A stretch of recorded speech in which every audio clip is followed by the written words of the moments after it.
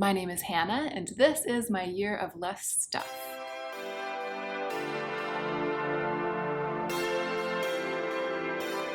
Hey y'all, it's time for the video in which I tell you how I spent my budget in June.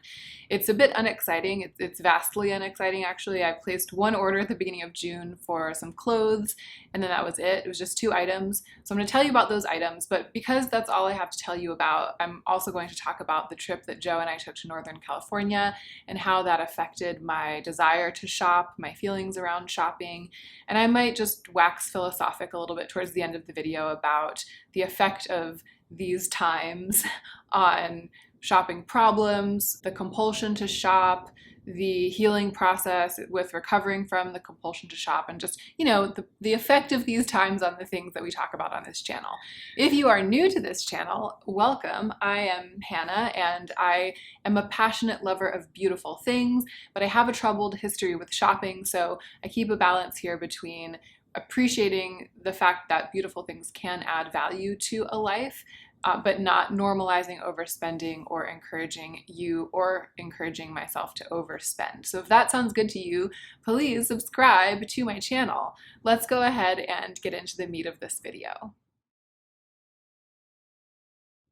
Sadie is tantalizingly near to us in this moment, but she is not in frame. I wonder if she'll stay if I put her on the couch right now. She's sitting next to me casually washing her little face like an otter. She's like, my ablutions, no, don't disrupt my ablutions. Perhaps she will deign to complete her ablutions on camera. So how did I spend my budget in June? I purchased another linen top from Aritzia. So if you saw my video last month about how I had spent my budget in the preceding month, then you will know that I purchased a long sleeve linen top. I am such a sucker for beautiful linen jersey, like a linen knit rather than a woven. A woven linen tends to have a stiffer drape. It's like a crunchy fabric, kind of like a cotton sheet, but made out of linen. And it does soften over time, but it's always going to have more body to the drape. A linen jersey knit, like a t-shirt fabric that's made out of linen, has the lovely drape and ease of a t-shirt material, but it has the breathability and the longevity of linen, which is a really sturdy fiber. I also feel like when it comes to jersey knits, nothing beats the drape of a linen jersey. There's just something about it. It has a slightly more fluid, more elegant drape than cotton usually does. The point is just that I kind of prefer like a linen jersey tee to a cotton tee. And over the past, I would say 4 years, I have acquired a handful of linen t-shirts, like casual linen tops for the summer rather than linen blouses made out of woven linen, although I do like that. I do like a woven linen blouse. But what I'm trying to get at is that the woven linen blouses that I've acquired over, the past decade of my life have stayed in my closet because they've stayed in really good shape. I wear them, I wash them, they hold up well. Again, they only get softer over time. They're kind of like forever pieces, the couple of linen button downs that I have. I'll be wearing them for the rest of my life. They're timeless in terms of style, and the garments themselves are very well constructed and will hold up to multiple washings. But jersey knits as a rule are less hardy than wovens. So the linen jersey knit t-shirts and tank tops that I've been wearing pretty much exclusively through the past several summers, and the summers in LA are very warm, they've kind of fallen apart. And when I did, I think it was the first closet clean out that I did on YouTube at the beginning of the budget year, so the beginning of 2019, I did a big closet clean out, and I was surprised that when I really got into it, when I really kind of got my head in the game for decluttering my wardrobe, I ended up parting with most, if not maybe even all of the linen jersey tops and tees that I had been wearing faithfully for some years at that point. I realized that many of them were just worn out. Like many of them had taken so much sweat into their fibers, especially in the underarm area, that even though I had washed them a lot and taken good care of them, they were just starting to kind of like get yucky and get disintegrated, and they were kind of beyond the pale. So I ended up decluttering them, and then when the next summer rolled around, I was like, oh, I kind of need to start refortifying my wardrobe with linen tops. But I feel like last year I didn't find any good ones. Like last summer I didn't find any good ones, and my budget was super strict last year too, so I was less likely to sort of just do practical things like replacing my basic linen tees. I was always saving my budget and depriving myself of basics and then splashing out on really elaborate things like that beautiful magenta lace blouse. This is all just to say that when I saw that beautiful long sleeve white linen jersey tee pop up on Aritzia this season, and then it went on sale, I sprung for it, I bought it, and I loved it so much, and I approved so strongly of the weave of the linen and the way that the cuffs and the collar were fashioned, that I decided to buy another one that was from the same line, but very different in appearance. So it's short sleeved, and it's two-tone rust and kind of like a coral red. I'll put a picture of it up on the screen, but you've also seen me wear it. I wore it in, I think it was one of the videos about my Sephora spending, but I wore it recently. When I was up in Northern California, I wore it on camera. It's very blousy and drapey, it's very oversized, and on camera it looked kind of like a weird version of a football jersey, and it actually didn't look that flattering. I was kind of surprised because in person, in the mirror, especially I think when I'm standing up and you can see it draping or you can see the front of it tucked into whatever I'm wearing on bottom, it has a gorgeous drape, and it really does look elegant. And then in the footage on camera, I felt like I was sort of swimming in it. So it didn't end up being my favorite for filming, but it has been my favorite for wearing. And I've been wearing it nonstop, just as I had with the white long-sleeved one. I wear it right away as soon as it's clean, and now this second one that I bought, I wear it right away when it's clean. And that was how it was with my other linen t-shirts, the ones that I wore out. So I feel like both of them were good investments. The one that I bought this month was a really good investment for me because it's just something I know about myself, that this is like my preferred summer top. And I do like that the styling is a little bit unusual. The pink and the rust and the fact that it has that line across the bust and it's broken up. It's just a beautiful top. So I basically decided to buy it at the end of May, but I technically placed the order at the very beginning of June, and it arrived within the first week of June. So here I'm in like the second week of July, I think, filming this. It feels like it was quite a long time ago. It was like a month and a half ago, because I didn't buy anything else, any other kind of like budget necessitated items, and I didn't even want to buy anything else for the whole rest of the month. But before I get into talking about that, I will tell you that I put another item into the cart when I bought the t-shirt. It was just a pair of Aritzia's most simple, straight up biker shorts, because I told you that I had purchased those bike shorts to wear as sportswear, those Adidas ones with the stripes on the side, in a video a long time ago, a couple months ago. And then I had started wearing those bike shorts as like fashion shorts, which I never ever thought I would be into.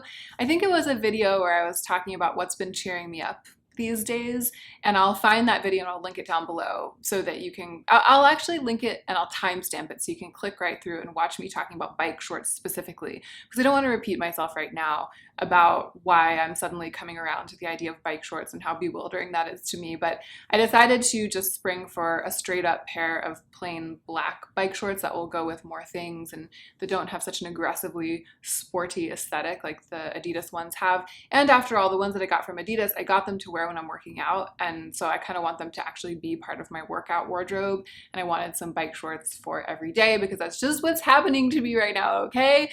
We didn't know that 2020 was going to bring a global pandemic, and we also didn't know that it was going to be the year that I decided that bike shorts were cool on me, but that is what happened. So the linen tee that I purchased in June, I think was on sale for something like $20.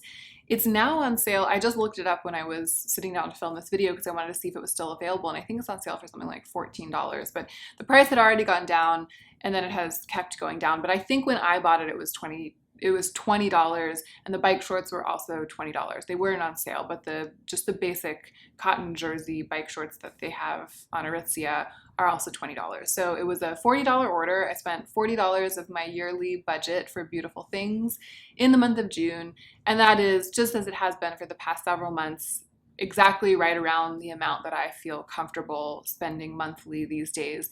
Partly because that's how my budget breaks down, but also because it's what feels appropriate to me in my circumstance. So my circumstance is that my life is changing rapidly. I don't feel like I need to buckle down and spend absolutely nothing and cut every single corner, but I also don't feel like I'm going to be buying like a $200 pair of sandals these days, or like a beautiful blouse, like a beautiful lace blouse. Like, this isn't the time to be splashing out.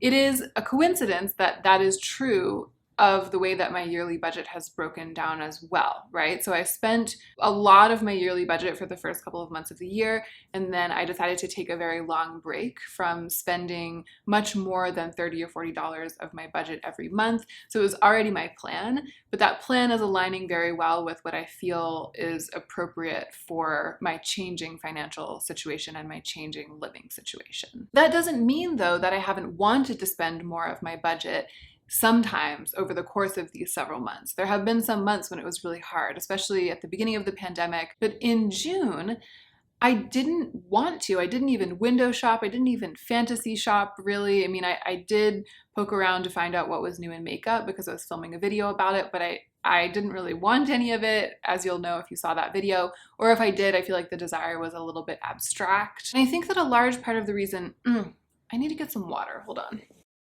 I got these limoncello LaCroix. I know they're supposed to be pronounced. No, LaCroix is what you guys told me they are supposed to be called. We call them La Croix in our household, and Joe is known to walk around going, La Croix, La Croix. Have I said this on camera before? I can't remember. For years he's been doing this. If I ever mention sparkling water in a can, he's like, La Croix, La Croix, like a crow. I think that they must have developed it as like a lemon cookie flavor. Like, it tastes like a lemon vanilla.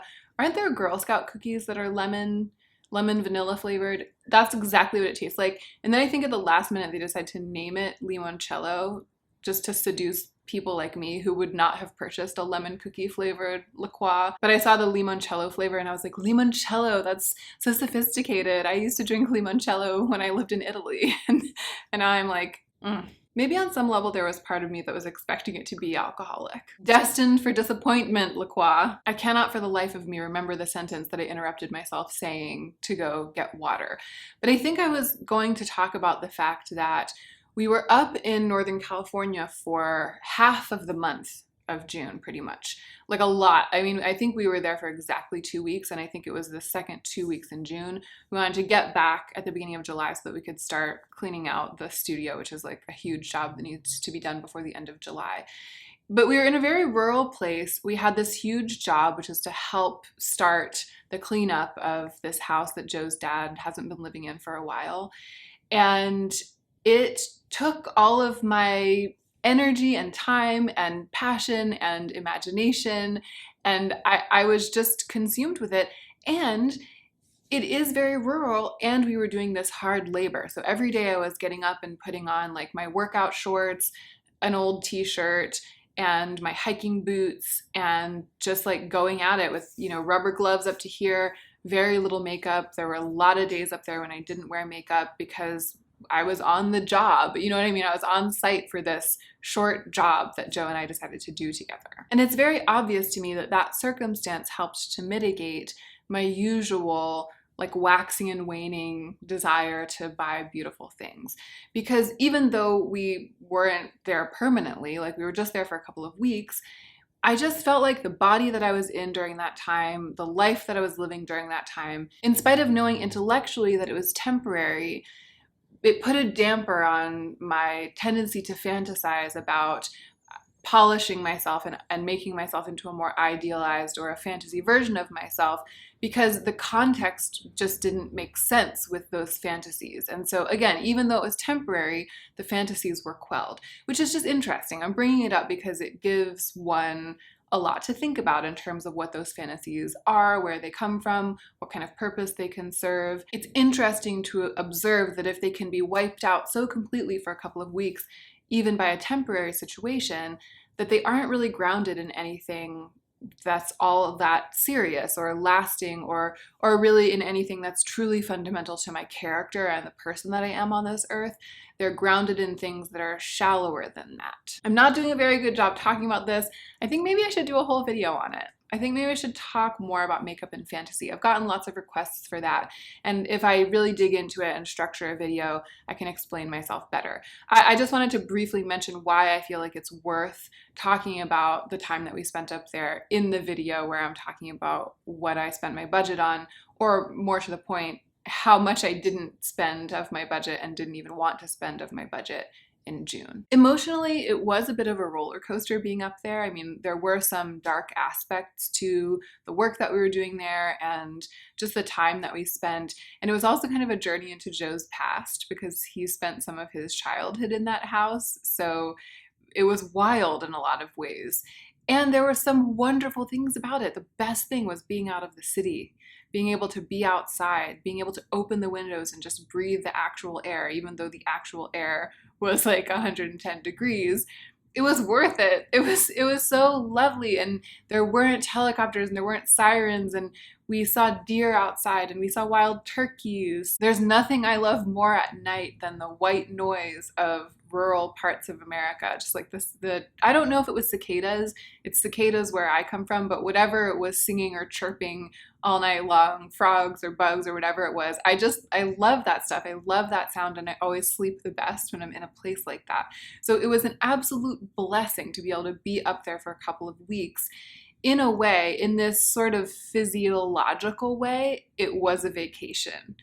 It wasn't really a vacation, like we had a big job to do, but it was a relief of so much of what has been sort of stifling us, I think, since the beginning of the pandemic. And I'm bringing that up partly because a lot of you have been wondering what the trip was like, and that's what it was like. It was ups, it was downs, it was awful, it was awesome, it was really interesting and totally wild. It was truly an adventure. That's what it was like.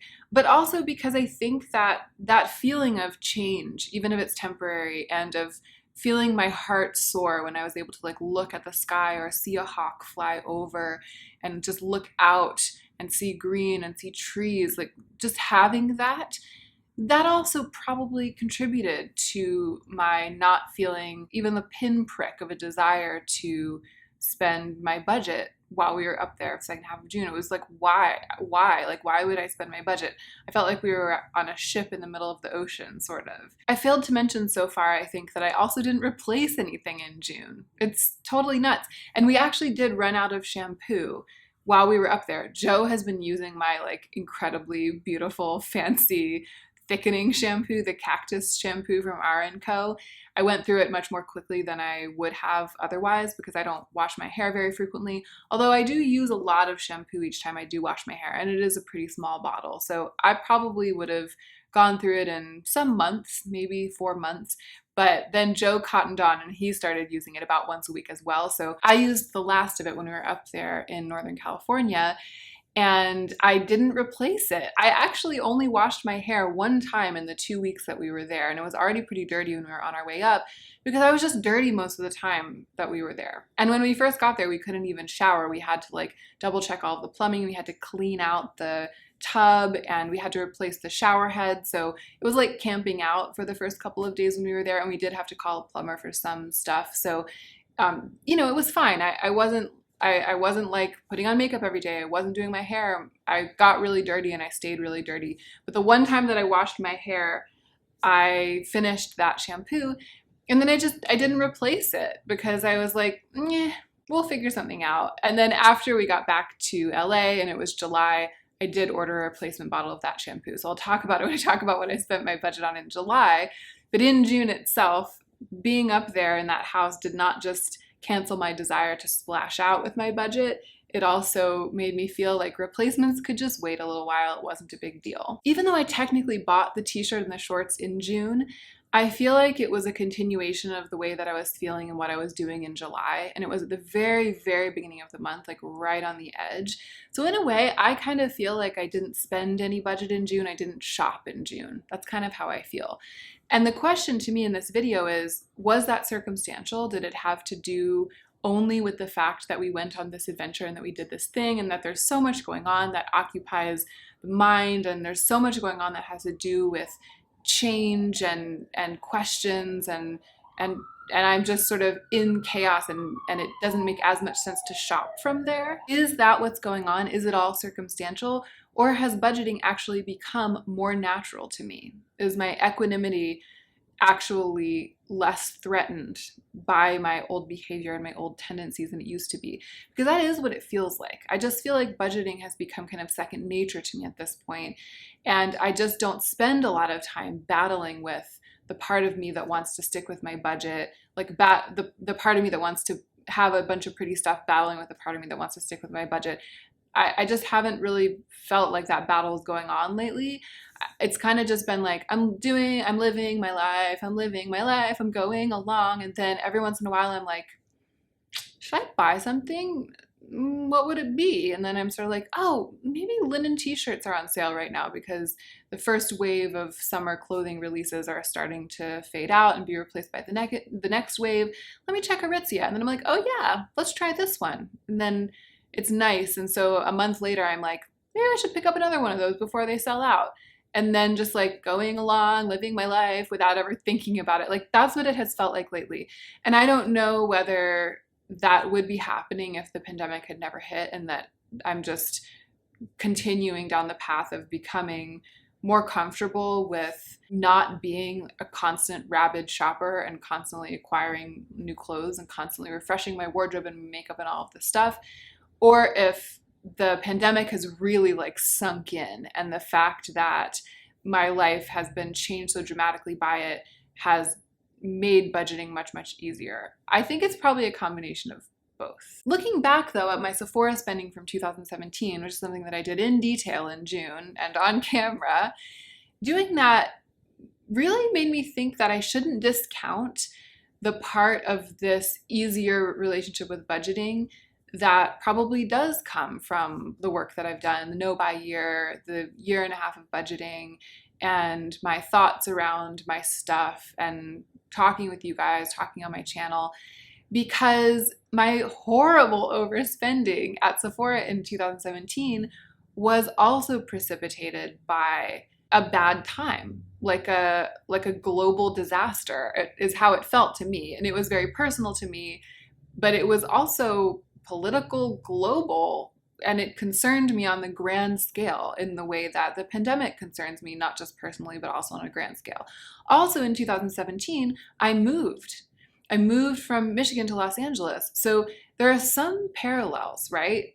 It was upsetting. It was an upsetting time. It was a difficult time. It was unexpected. The precipitating event was so shocking that it kind of felt like I'd been smacked in the face. There are connections between the way that the election in 2016 felt and the way that it felt when the pandemic hit and we were all like, OMG, this is actually happening. And there's also the parallel of extreme change and the work that goes into making an extreme change, such as moving, and the excitement that comes from making an extreme change, such as moving.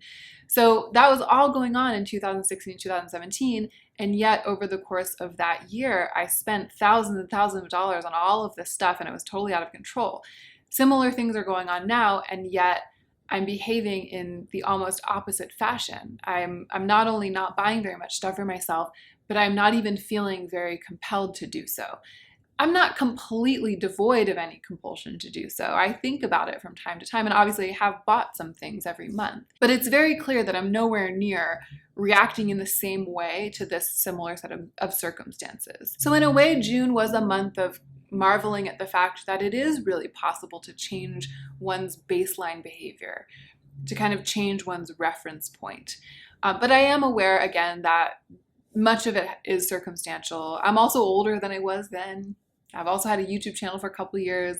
I've had the benefit of reading all of your wonderful comments and hearing from you. And I'm a changed person in a lot of ways. It's not just confined to the narrow lane of how much I buy in a year, how much I buy from Sephora. So who knows? You can't really put like too fine a point on it.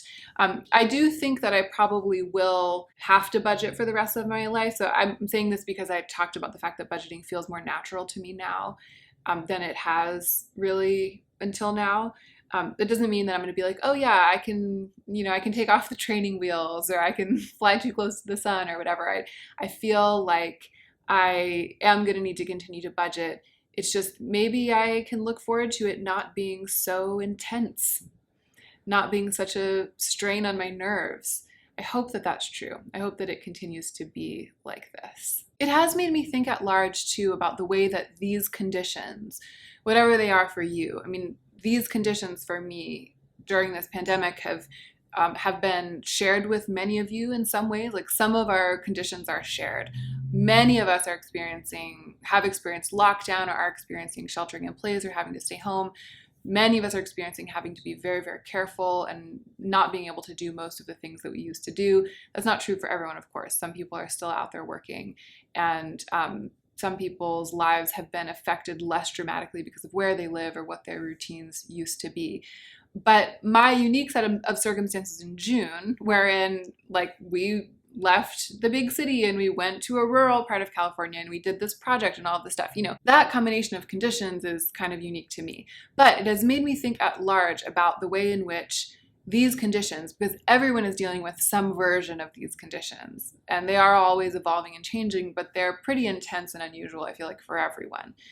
What are the various ways in which they could be affecting someone who has a compulsion to buy beautiful things, or any kind of compulsion, really? I mean, I tend to focus on the compulsion to buy beautiful things because that's what mine is. It's how problematic stuff has historically manifested for me. But I have gotten a sense of different ways in which these conditions have affected this compulsion. Some of you have talked about feeling intense guilt for buying anything for yourself since the very beginning of the pandemic.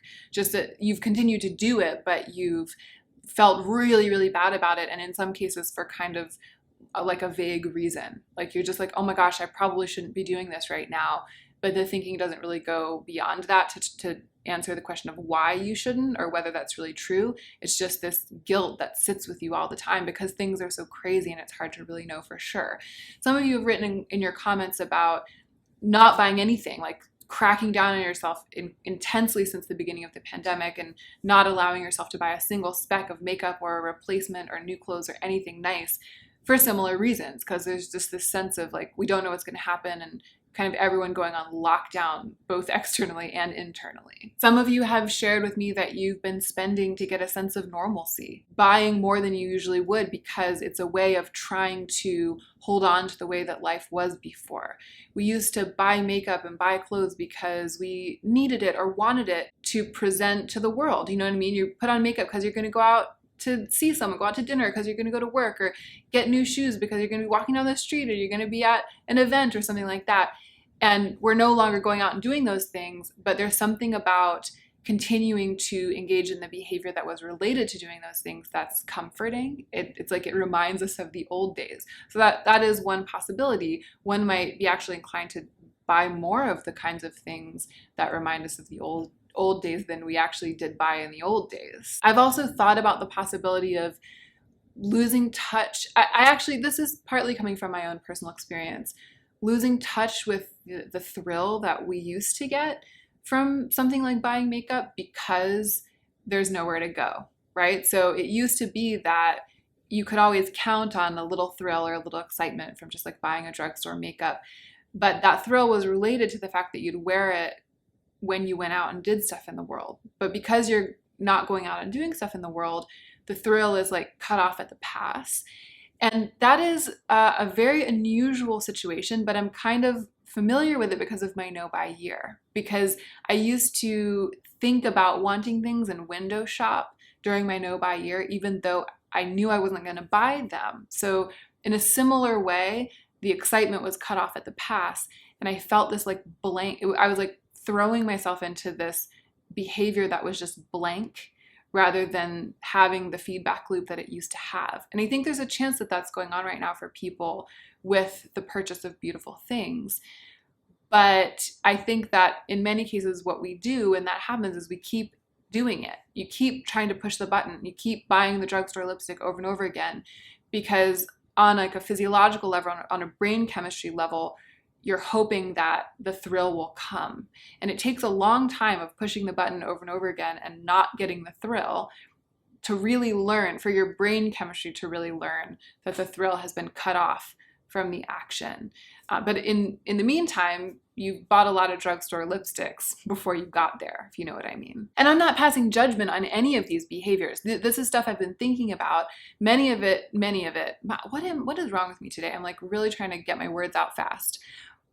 Much of it is much of it is from personal experience, right? My experience with my no buy year, my own experience with spending my budget during the pandemic, but much of it is from what I've heard from you guys and heard from my friends. But I'm not saying any of this is bad at all. I'm bringing it up because I think that the key to taking care of ourselves during this long, difficult moment, this weird year, the key to taking care of ourselves is self-awareness and balance. There's no use blaming yourself or shaming yourself, or me blaming or shaming you for struggling during this time and struggling with behaviors during this time.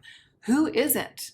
Who isn't struggling with behaviors during this time? Who isn't taking advantage of some kind of vice or another intermittently as we try to sort all of our business out right now? I feel like everyone's doing stuff that we wouldn't be doing if our lives weren't all being made topsy-turvy by this pandemic. So there's no use in blaming or shaming yourself, but there is use, I think, in keeping an eye on yourself and being honest with yourself about what is going on and why. It's one thing to yearn for normalcy and to find yourself buying a few things that you wouldn't otherwise buy from that place of yearning.